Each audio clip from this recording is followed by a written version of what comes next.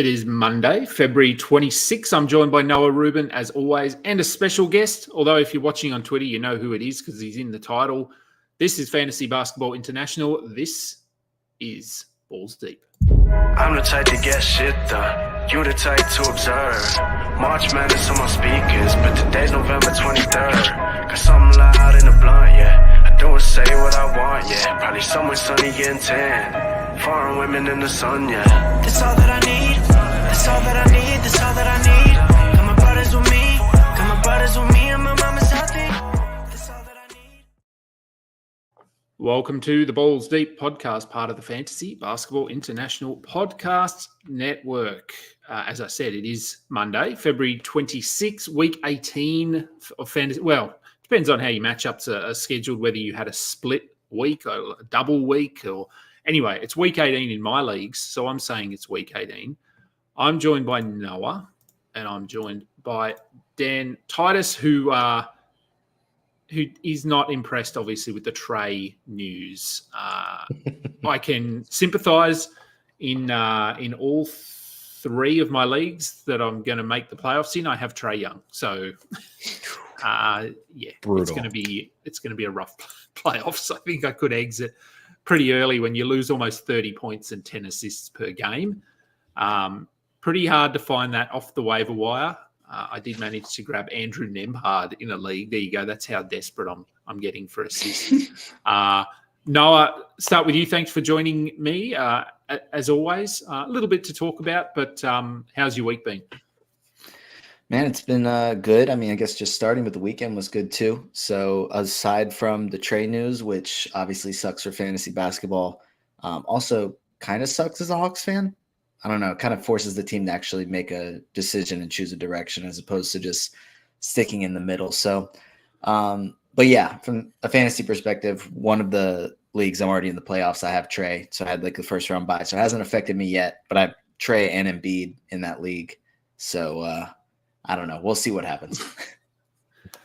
And Dan, you have Trey in leagues, or are you just sad in general? Sad in general. I do have him in a couple spots, but I have so much. I went pretty guard heavy in most of my leagues, so the Trey injury is not going to cripple me, but it definitely hurts to lose 20 and 10, man.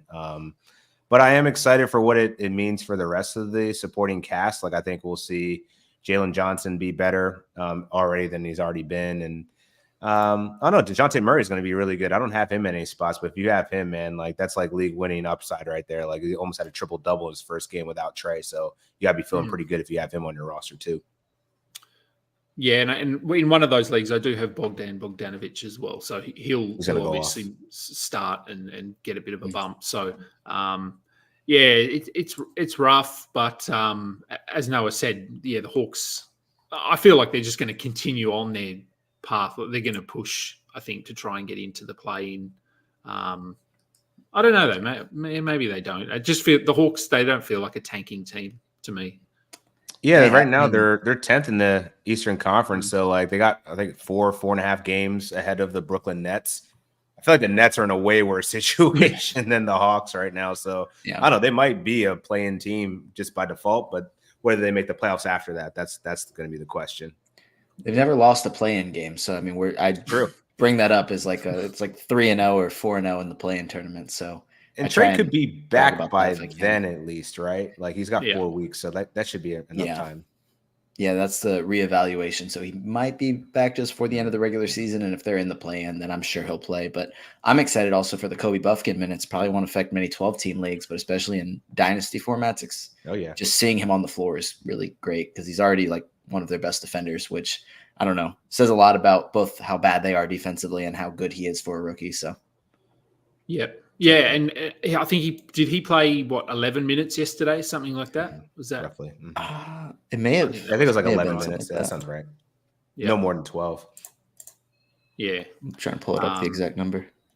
I think it was. I did look. I'm not adding. Haven't added him anywhere because I'm not in any leagues that are deep enough. But 11. Yeah, be curious to see if they actually give him minutes over Patty Mills. And as much as I love Patty Mills, he's not the future of the Atlanta Hawks. So, we'll see. Now, quickly, we will get into news. We'll get into the schedule. industry pickup. I just want to talk about our industry pickup league. Oh, very Let's quickly. not. Let's just pass over that. I want to. Well, no, I mean you've been much better the last month, 6 weeks, Dan. I told you weeks ago I was not going to finish last. So I'm keeping my word on that. There you go. I think I'm in 10th now, 10th out of 12. So Yeah, I'm gonna see if I can creep up on the 9th spot. I think it's Mike Barner. Mhm. He's got me by maybe 3 or 4 games. So I'm gonna have to go out strong, but we'll see what happens. At least my team is healthy for a change. Yeah. So I think, and I mean, for anyone that doesn't know, the industry pickup is an industry league. There's obviously the 3 of us as well as 9 other analysts, and there's a website. And Mitch Casey and I usually do a weekly show, but he was tied up with work yesterday, so we didn't get to do one. But we're into the last week of the regular season in that league. I leapfrogged Noah this week. In the standings. We're tied. It just has your name first. You play. You're against B-Dub this week, Yeah. I believe. And I am against Alex Barutha. So you're looking good, Kingy. I am, but I'm 3 wins, 2.5 games, I believe, 2.5 games behind B-Dub. So Noah, I need you to win 6-3. And if you win 6-3 and I can win 6-3, I might get into 6th spot. You know how mad I'd be if I win Noah. 6-3 and then you just are tied with me and just get the tiebreaker. And if it's alphabetical, I'm going to get even more upset. Because if that's the reason you're ahead of me right now. I don't know what the tiebreaker is in this league. I'll change my team name so fast. Yeah. Look, I'm not expecting. Look, if you can beat him, that would be fantastic. If B-Dub does watch this, I don't care. I beat him last week.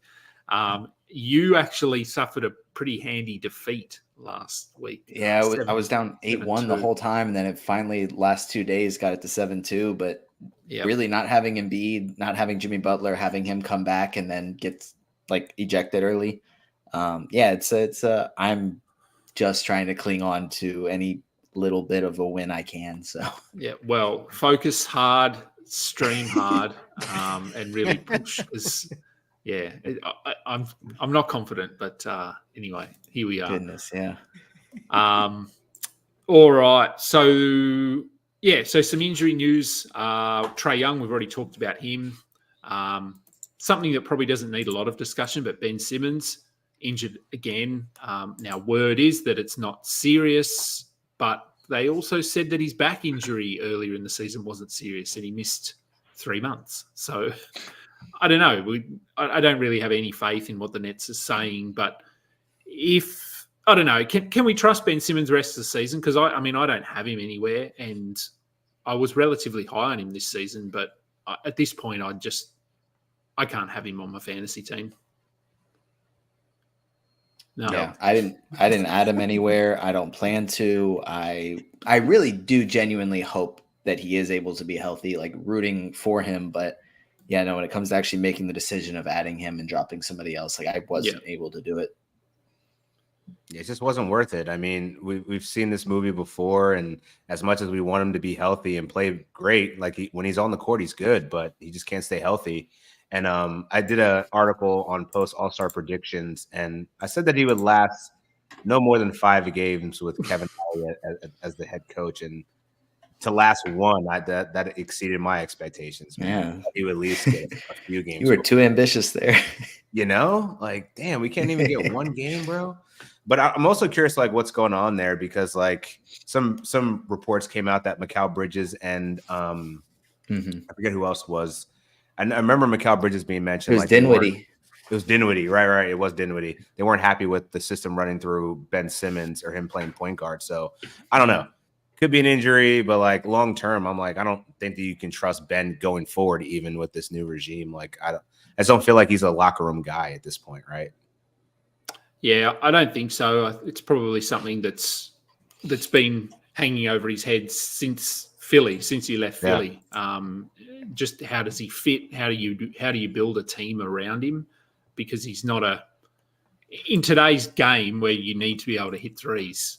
He's the opposite. Just shoot a mid range. Just keep the defense honest a couple times, man. Yeah, I'd at least be a threat. I mean, at this Yeah. point, they're just not defending him outside of, 4 feet, 5 feet. So, yeah, it is tough to build around him. So I do hope that he can turn things around, and that's probably not in Brooklyn. But who's going to trade for him, I suppose, or who's going to I don't know. It's a really tricky situation. So we will see. But in terms of fantasy, yeah, look, I'd be, if you are holding him, I mean, if you're very deep league, you could hold him. But otherwise, I'm comfortable with moving on from him. Now, I mean, this is sort of injury news, but it's sort of not. Tari Eason, who's been out, I want to say since beginning of the year. Is that about right? I think he was sort of out early January was when he last played. And I read something yesterday saying that he is seeking other opinions, second opinions, medical opinions, which to me doesn't sound good. This sounds like it's potentially season over for Tari Eason, which we had sort of suspected this could be a path that they choose. But I mean, any news that you guys have heard, any thoughts on what we can do with Tari Eason? Are we just assuming he's done? Yeah, I'd drop him. I probably wouldn't pick him up at this point.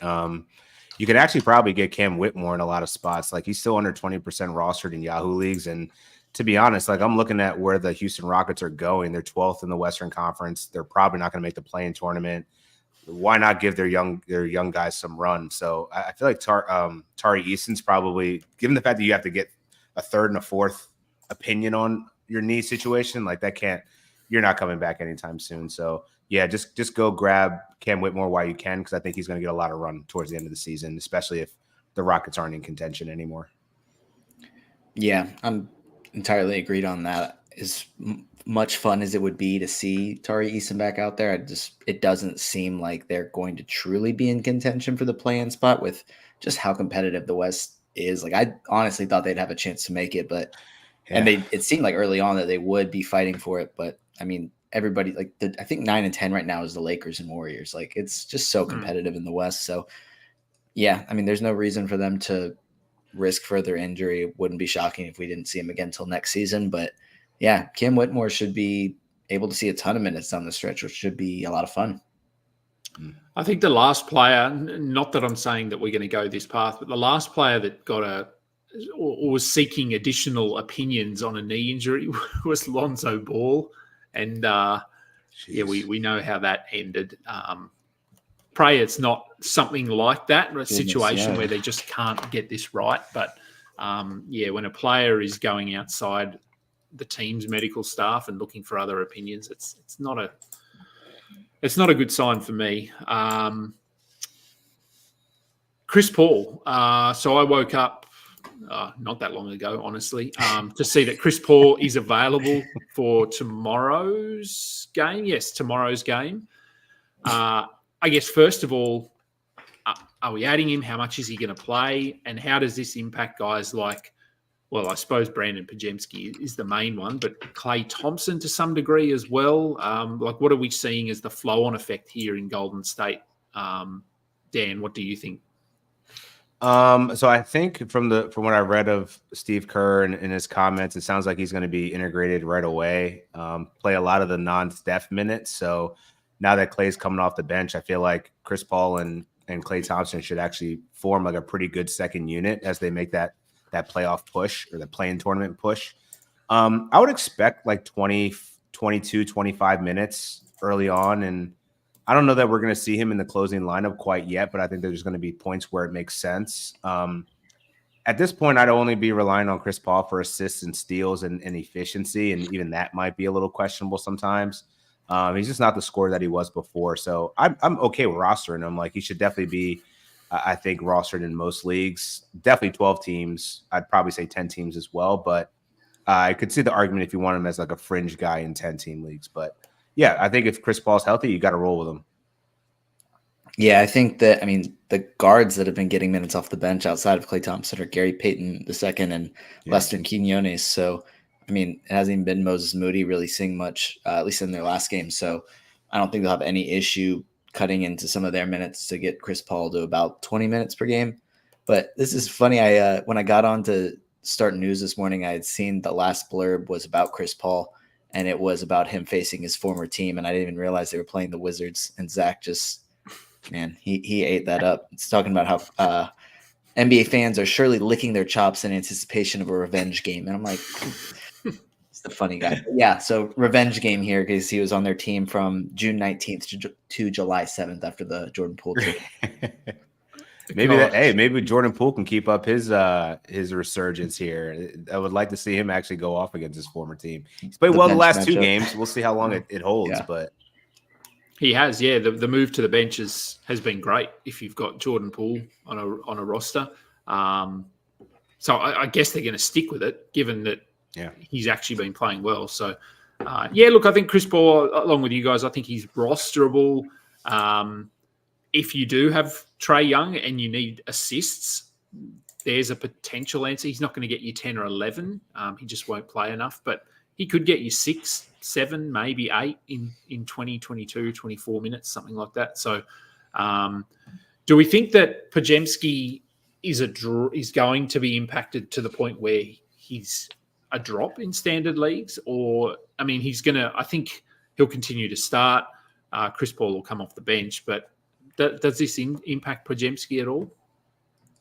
I don't think he's a must hold, but like I'm holding him where I have him just because I need his rebounding and his assists for the position. But he hasn't really been efficient this year. So like he doesn't actually project as a good fantasy player in terms of like ranking, but like he does all the little things that you like. And especially where the Warriors are in contention, like I feel like he's still going to play a lot of minutes, and he's really helped this team. Like he does, like, you know, he leads the league in charges. Like that type of stuff will keep him on the floor. So I feel like by way of his effort and just opportunity of getting those minutes, like I feel like he's still going to be a guy to hold at least for the foreseeable future. Now, if Chris Paul comes in and he starts taking his minutes, then you can drop him. But I think you got to wait and see on it. He's been good enough, I think, to be rostered in 12 teams.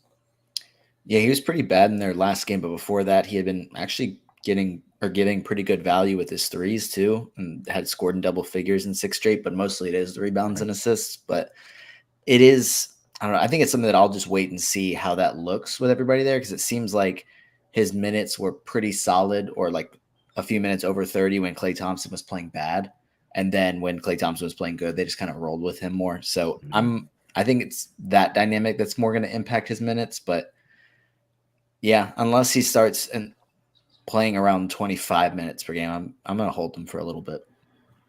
So a couple of questions in here. Happy to always get to questions. Metalhead, who's always hanging around watching. How do we make, or what do we make of Daniel Gafford rest of season with Lively? I think initially we thought Gafford was probably the preferred hold, just because of his per minute upside. Lively has been starting. I don't know. I don't have either of these guys, so I'm not invested on a personal level, but are we holding both? Are we leaning one over the other? Are we just, given that this minute split?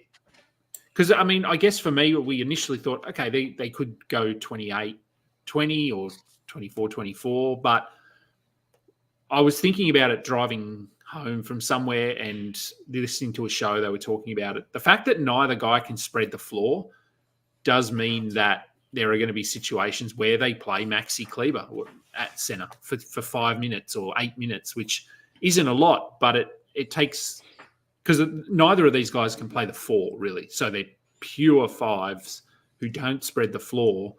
So is the upside there for both of them to be rosterable, or are we just going to have to pick one or pick none and move on? I might actually lean, I don't want to say definitely drop if you have them, but looking at it, like neither of them have played 20 minutes. Like their last 2 games, both of them say less than 20 minutes. So that's not necessarily very encouraging, because if they are playing Kleber at center, just to have spacing, like, I don't know. It's not, to me, it's kind of scary to think about playing a traditional center that's only playing 14, 15 minutes, anywhere up to like 19, like over the last 2 games. And it is a small sample size, so maybe things change, but unless they're just coming in and immediately dominating the glass or just swatting a few shots like pretty quickly, like it really limits their value.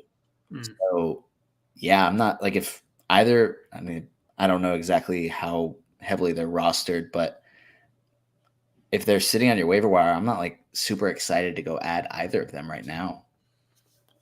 Yeah, I think it's a good point, Noah, because I think, initially as Kingy pointed out, it was like Gafford had the early edge because Lively was hurt initially when the trade happened. So it was like, oh, Gafford had these 2 monster games or 3 monster games. Like, of course he's going to run away with the job. When in reality, I think it's more of just a timeshare that honestly, these guys are just going to cannibalize each other for the rest of the season. And then you add in Maxi Kleber for those, small ball stretch, 5 out type of lineups. It kind of limits everyone's upside here. And unless you need blocks on the waivers or, 6 or 7 rebounds, because these guys aren't going to play a lot of minutes, I think you could probably look elsewhere at this point. I have Lively in a couple spots, but I'm only holding on to him for the defense and the rebounds and the field goal percentage. But I won't be surprised when I drop him. Like if someone gets hurt and I got to pick up somebody else, something's got to give. So like I don't think either of them are must roster at this point.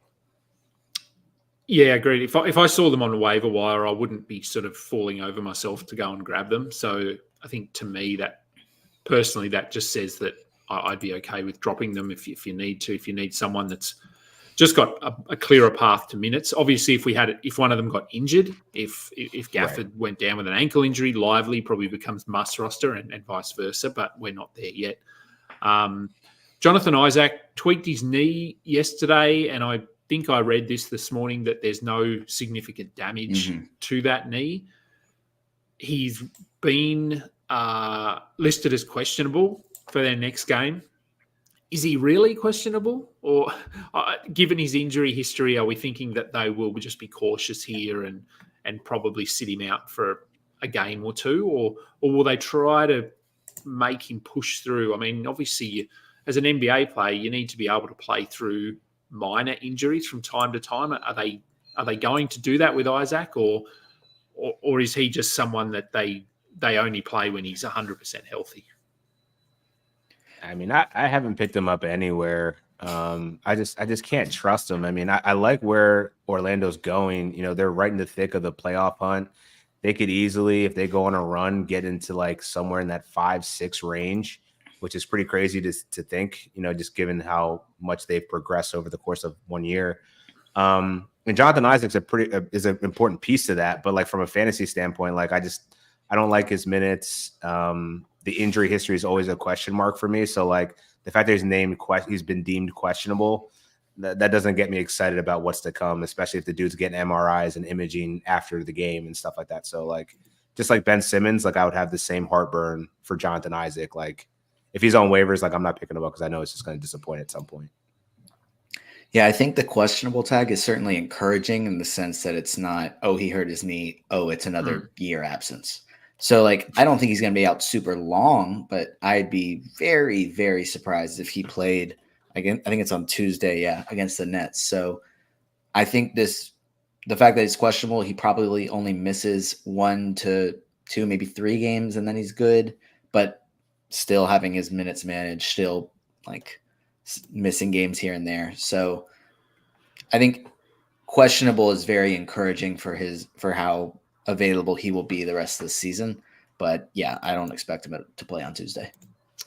Now, there is another interesting question in there, which I'll get to, but I just thought we'll talk about a couple more injury situations. Markelle Fultz, who I've been arguably the highest on this season, and I've held him as long as humanly possible, but I've dropped him.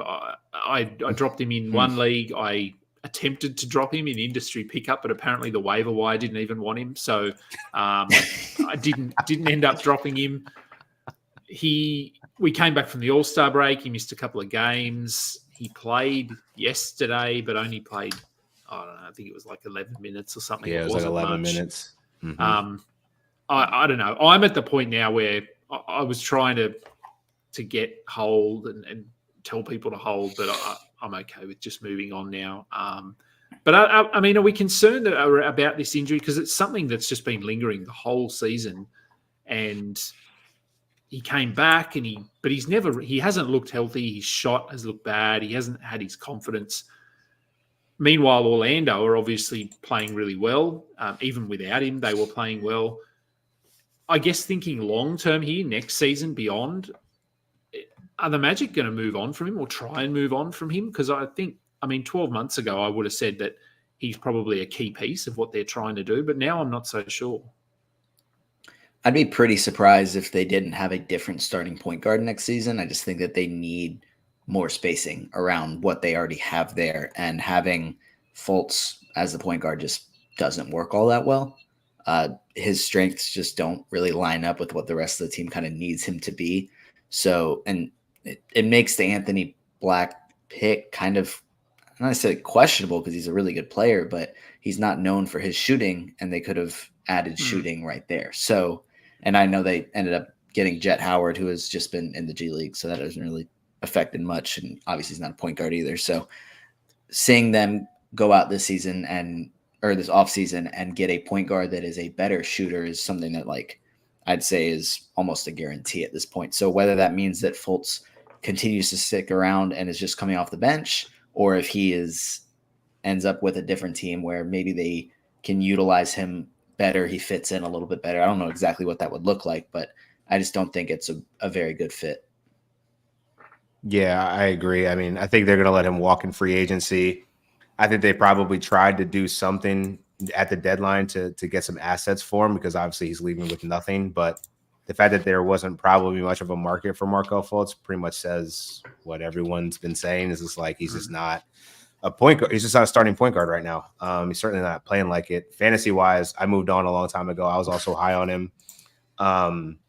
It just sucks. But yeah, I agree with Noah's point in the fact that, like, you need a scoring threat at point guard. And I think Cole Anthony makes a lot of sense coming off the bench. Like, he's a solid six man, but having somebody that can shoot and also facilitate is also really important. And I don't know that Anthony Black is going to be there yet. Like, I haven't seen much improvement in his 3-point shot. And of course, the kid's he's a rookie. Like, he's got plenty of time to develop, but I wouldn't be surprised if they went out and got a true point guard that can actually stretch the floor and keep defenses honest going into next season. But yeah, Markelle Fultz isn't the answer, but I think he could be a really solid backup point guard for a contending team, just knowing what his limitations are, because you don't need to check him, beyond the foul line pretty much. Yeah, I think I'm trying to sort of think, I guess, where he fits. I'm not sure where he fits, but someone like a Dennis Smith, who's been able to, I wouldn't say rejuvenate his career, but he came into the league with some hype and really never established himself as a starting point guard, but he's found himself a pretty nice role as a 20, 22-minute backup point guard, as a point guard that can't shoot threes. So I think there's still a role there for Fultz. It's just figuring out where that is and whether he's happy or content to play that backup role, or in his mind he still sees himself as a starter, and maybe he goes to, I don't know, somewhere like a San Antonio or a team that can sort of just roll him out there and see what happens. Anyway, it's it'll be an interesting situation to monitor. A few teams I just wanted to talk about who streaming that they've got. I mean, it's hard to know who to stream. I'm going to start with Memphis.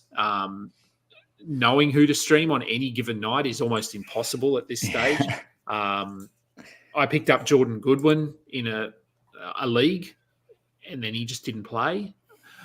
Although I picked him up, and then when I thought about it afterwards, had his 10-day expired for the last game that they played, because I know that it was on the 24th, or no, maybe it was the 23rd, and he played for them on the 14th. So I was just looking I wasn't sure exactly when he signed his first 10-day contract and whether they actually couldn't play him in that last game. No one said anything about it, so I thought maybe this is just me going down some rabbit hole that doesn't exist. But was that the reason he didn't play in their last game, because that he actually wasn't on the roster, or did they just not play him they didn't want to? So he signed the 10-day February 12th, so I guess that would have expired February 22nd.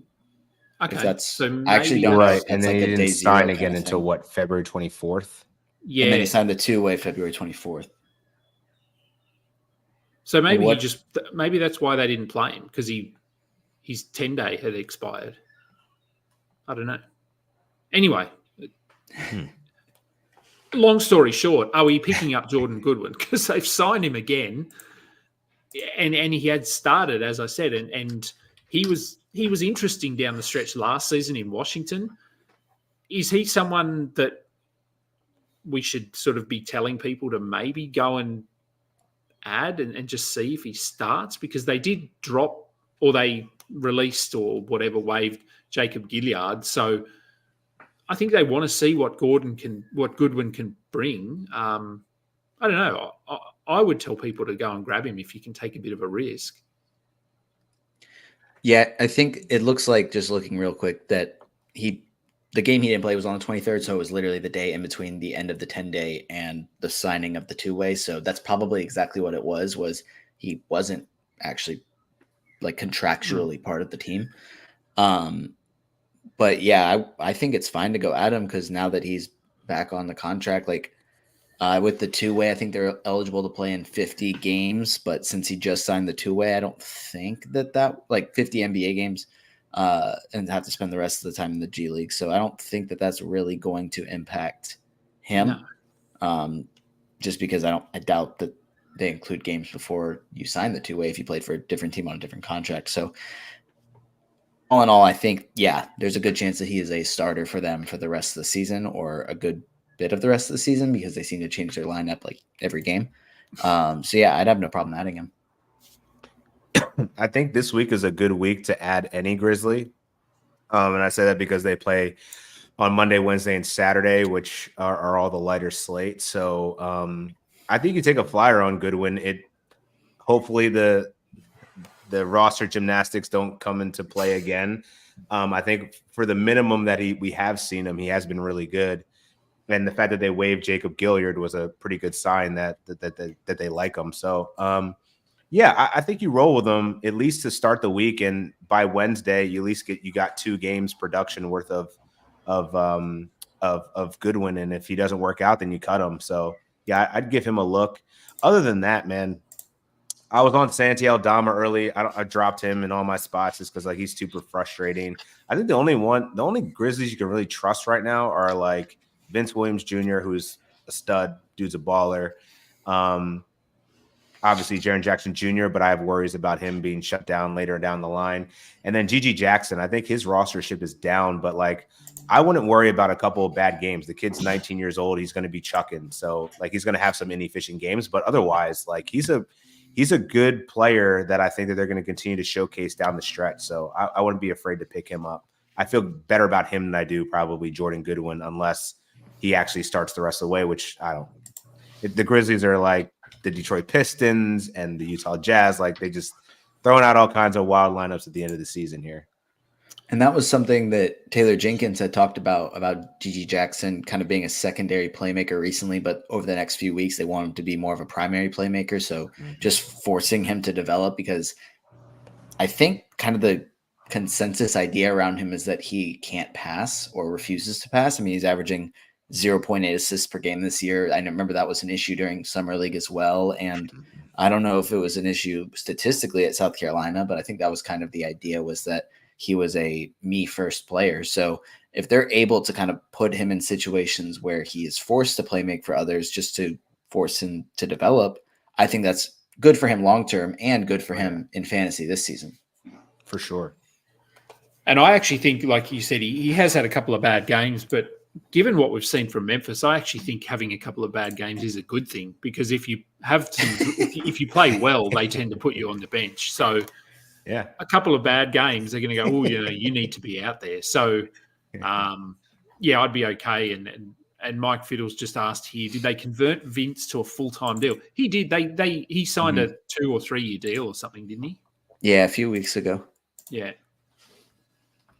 I was pretty sure. Gigi's locked and loaded for the rest of the season. Dude, he was getting 20% usage since the first day he got on the floor. So yeah, just the opportunity alone, man. I feel like Gigi is definitely someone that they're trying to prioritize.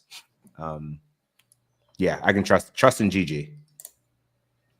Yeah, and look, I mean everything. Obviously, they've been unlucky with injuries, and now they're really leaning into that hard. But next year's going to be interesting, because they're going to get their guys back. They're going to get Smart, Bain, Morant. well, yeah, not Steven Adams anymore. I thought he was a part of their future, but he's not. But some of these guys like Vince Williams, Luke Kennard, potentially Jordan Goodwin, Gigi Jackson, they're going to actually have some depth, which they haven't had. So these players that have been forced to play a lot more than they would have had they been healthy could actually be a blessing in disguise when we look ahead, because their window is still wide open for a title because their core is very young. So moving on from the Grizzlies, the Knicks still dealing with a couple of injuries. So OG and Julius Randle are both out at least this week. I would say I don't really think either of them will come back this week. Hartenstein came back a couple of games ago. Minutes were up in the last game, which was good.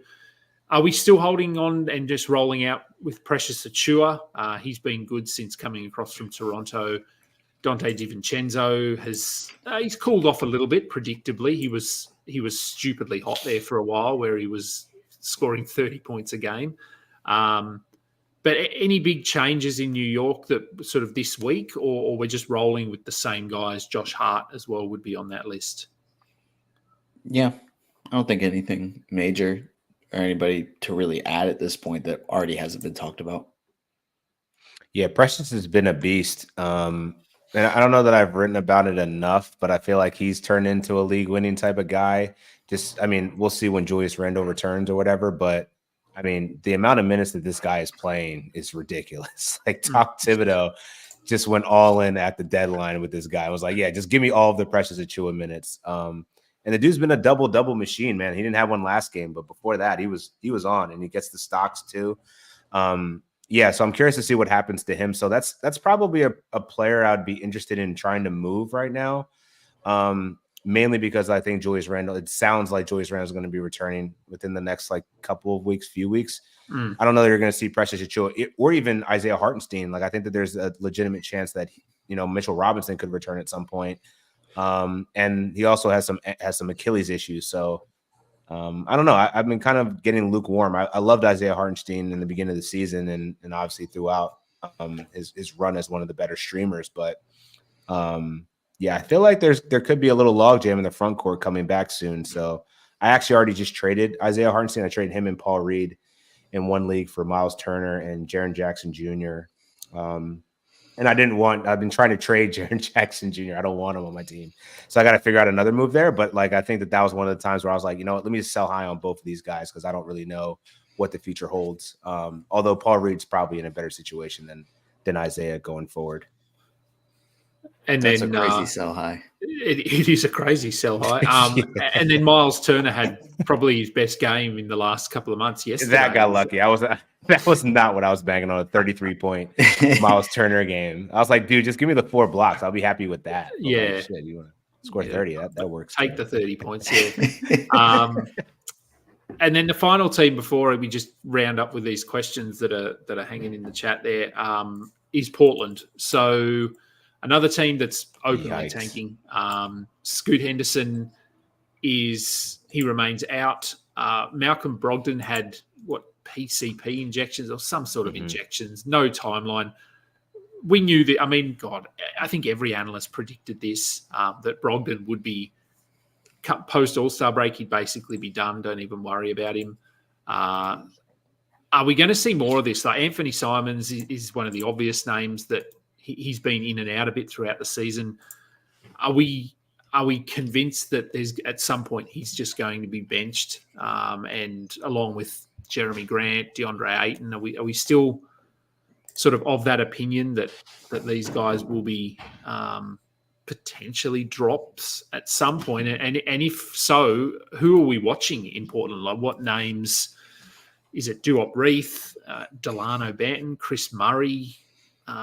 Any sort of favourites there for you guys of players we want to be monitoring moving forward in Portland? I think it's pretty much guaranteed that the final 2 or 3 weeks of the season they won't play, and how early they start full on tanking remains to be seen. But I think at least the last 2 or 3 weeks, it's going to be Scoot Henderson's show with no Simons, no Jeremy Grant, no DeAndre Ayton. Duop Reith is a guy you mentioned. Tumani Kamara is another guy that I like. Jabari Walker has also already played well in stretches, and I don't think that they're going to go that far and benching him until maybe the last game or two, and then nobody's going to play. But Jabari Walker, I think, is a very legitimate option. I don't know exactly how his numbers look recently, but at stretches earlier in the season, he was already providing standard league value. So I have to assume that the final month of the season, if he's in the starting lineup playing big minutes, that, yeah, he's going to be able to be more than worthy of a streaming option.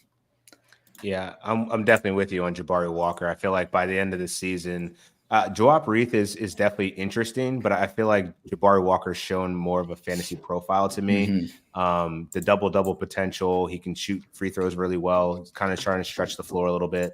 I think we could see him kind of emerge around the fantasy playoff time frame. Toumani Camara also has me interested, intrigued, just for the defensive stuff that he does and rebounding. I think he could be like a 10-8 kind of guy with a couple of stocks by the end of the season. But other than that, man, I'm wondering what other guards. I feel like Scoot, once he gets healthy, I feel like he's another guy that they would have no problem just letting him run it out, let him develop, let him be the true point guard. Chauncey Billups already said he's going to be starting the rest of the season. So Malcolm Brogdon, we're not really worried about him coming back. I feel like Scoot's probably a person that I could buy low on while he's injured that could pay dividends down the stretch, just because he's going to have so much usage and opportunity with probably most of the veterans sitting.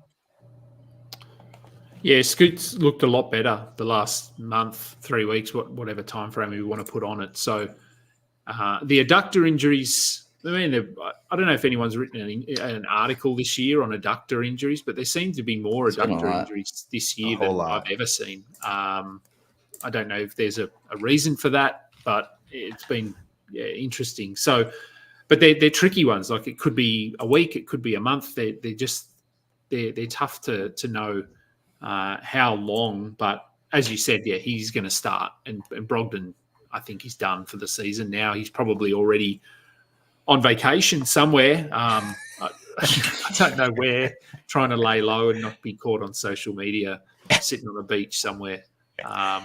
Is the adductor, is that not just a groin injury, or is it something different?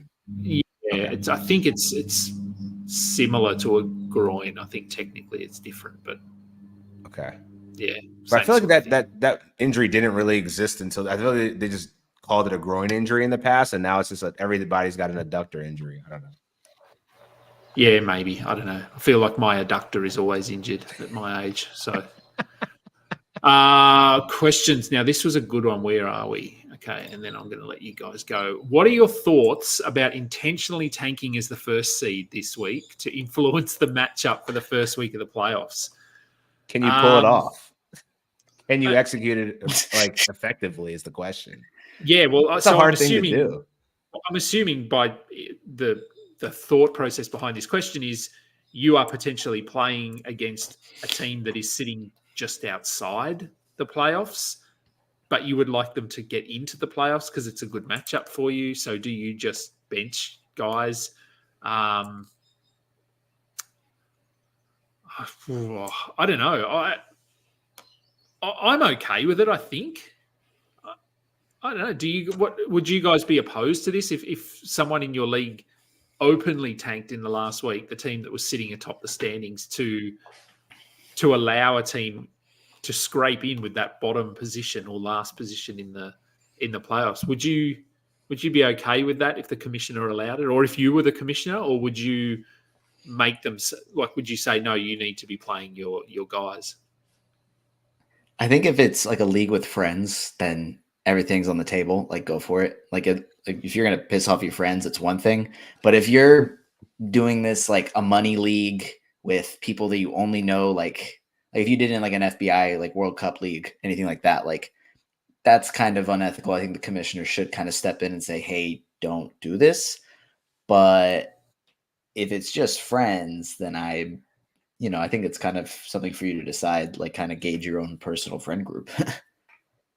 Yeah, I feel like I would be okay with it just because it's an interesting strategy.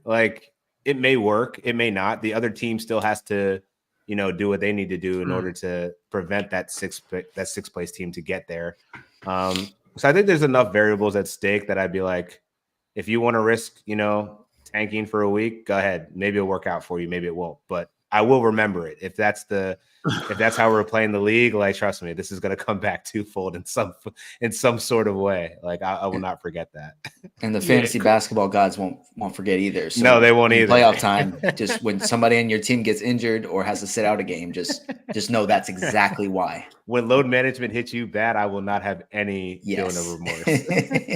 Yeah, it's a really tough one. And I know in dynasty leagues there are rules in place to not like that you have to play.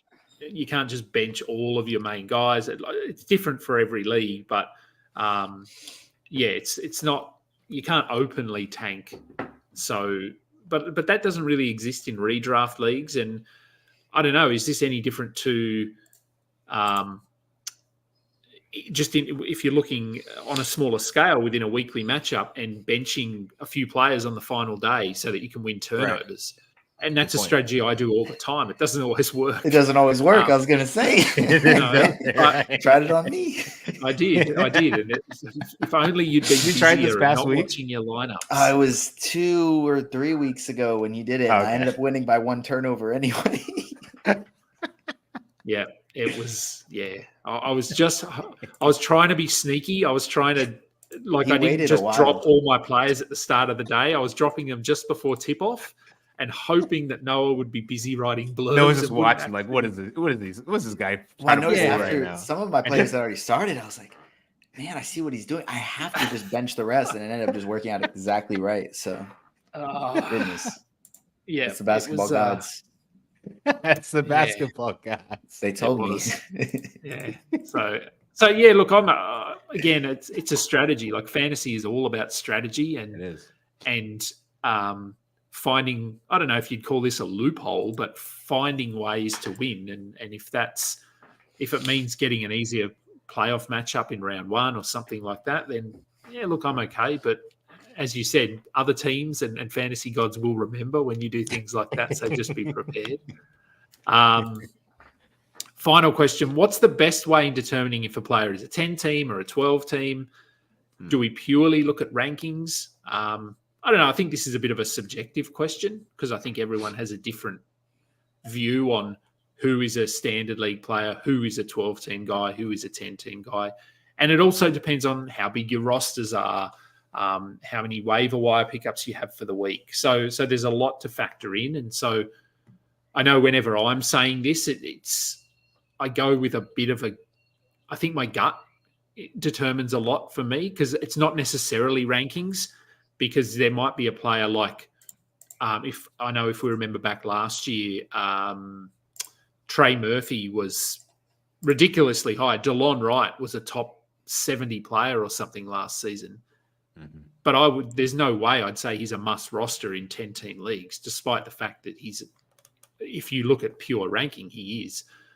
Because rankings are skewed, obviously, by those lower volume categories like blocks and steals. So, I mean, is there a method or anything that either of you use when determining who is a 10-team guy or a 12-team guy?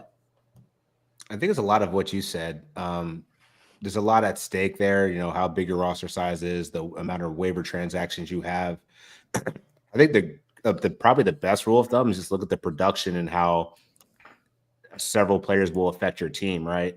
If you're light on blocks and steals, you may not need the guy that's dropping 25 points a game. I mean, I'll still probably pick up that guy, but just look at the production and look at it relative to your opponent too. Where can you gain an advantage on your opponent by picking up certain players? Like not all must roster guys in 12-team leagues need to be owned in 10 teams, right? So yeah, you just got to look at the waivers and see what's out there, what's best for your team, and then make your determination. Rankings kind of matter, but like not really. Like I have to say, just more so if you're trying to win the week, get the player that's going to help you do that. Yeah, I mean, when I say like in blurbs or columns or even on podcasts, whatever, like, oh, this is a 12-team guy, or this is like a 10-team guy or a deep league guy, like it's just a generalization. So it's impossible for that to apply to every single league. Like I posted about like dynasty trades and somebody commented and said, yeah, so this is my 20-team 13 cat league. And I'm like, great. Like when I'm looking at the individual 13 league, cats. yeah, he added in Jesus. field goals made, free throws made, threes made, and then separated offensive rebounds, or excuse me, 3-point percentage, separated offensive rebounds and defensive rebounds. So it's Wow. like you can look at that and like actually make a pretty good like analysis because you have the information in front of you, but that won't apply to every single league. So it's just generalizations. If sometimes like I'll say, oh, like this is a guy that should be rostered in standard leagues. And if somebody like DMs me or tweets at me and says, oh, like who should I pick up off the waiver wire and show me the guys available? I'm like, well, heck no, I'm not going to pick that guy up because these 4 guys are sitting right here. They're significantly better. Why are they on your waiver wire kind of thing? So just entirely depends on league. So they're generalizations. So it's difficult for that to apply everywhere. Yeah, and it is a lot of generalizing because there are so many league settings and different leagues out there. And I know for me, I tend to, I guess a soft rule that I might use is if I've got a guy, I'll use Derek Lively as an example. If I have Derek Lively and I'm considering dropping him, my first thought is, well, if in this league someone else had him and dropped him, am I running to grab him? Mm-hmm. Am I prioritizing him? Am I using? And if the answer is no, then I would be okay with dropping him and thinking, okay, he's probably not a must roster guy in this league. Someone might want him. He might be dropped, and they might go, look, I really just need 1.5 blocks and 6 rebounds per night.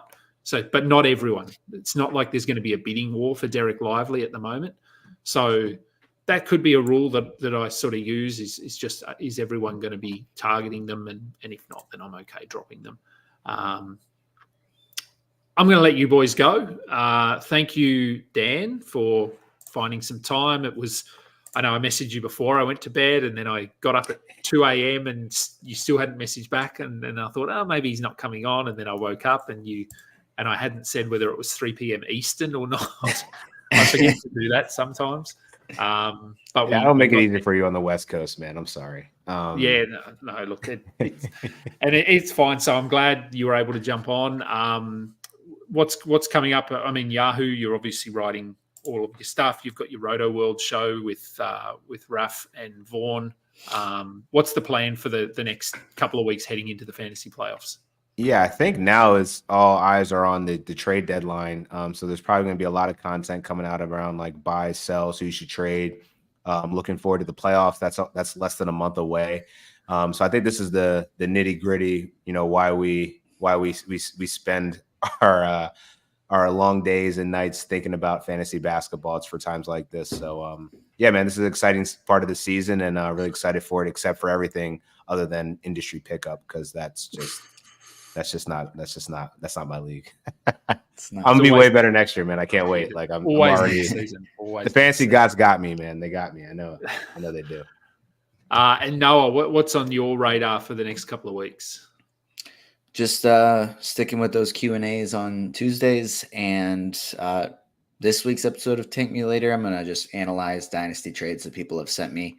I'm gonna take some from the leagues I'm in because it seems like a lot of the deadlines are either already happened or kind of happening over these last few / next few days. So just analyzing trades for a podcast. That'll be fun. But then that's just blurbs. I'm sure I'll do some pickup of the day columns after recapping some games. So be on the lookout for those. All right. Thank you both. I'll be on with you tomorrow, I assume. No, doing the Q&A, the Roto World Q&A. Thanks, everyone, for joining us. FBIbasketball.com is our website. I am at Adam King 91, at Noah Rubin 22, at Dan Titus. Follow all of us, along with all of the other great analysts that I have on my show and come on our shows. And I'll probably send out another tweet at some point tagging all of them. I like to do that a couple of times a year because we're always getting new people coming into fantasy. So, be sure to keep an eye out for that.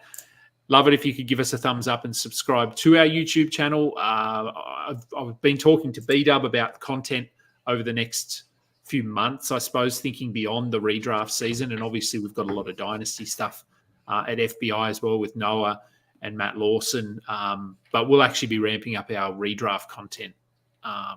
Feel like it's a good time when there's not as much content around. So I did the analyst interviews. I probably did both of you guys when I did that, didn't I, last year? Yeah, that was fun. Yeah. Yeah. So I'll probably do some more of those. I've got some people lined up to record some more of those, and you can go back and check out all the ones we did before this season. I will let you go now. I have to go and log on to work. Until next time, catch up. You just listened to another episode from the Fantasy Basketball International Podcast Network. Thanks for joining us. And for more information about joining our community, please check out our website at fbibasketball.com.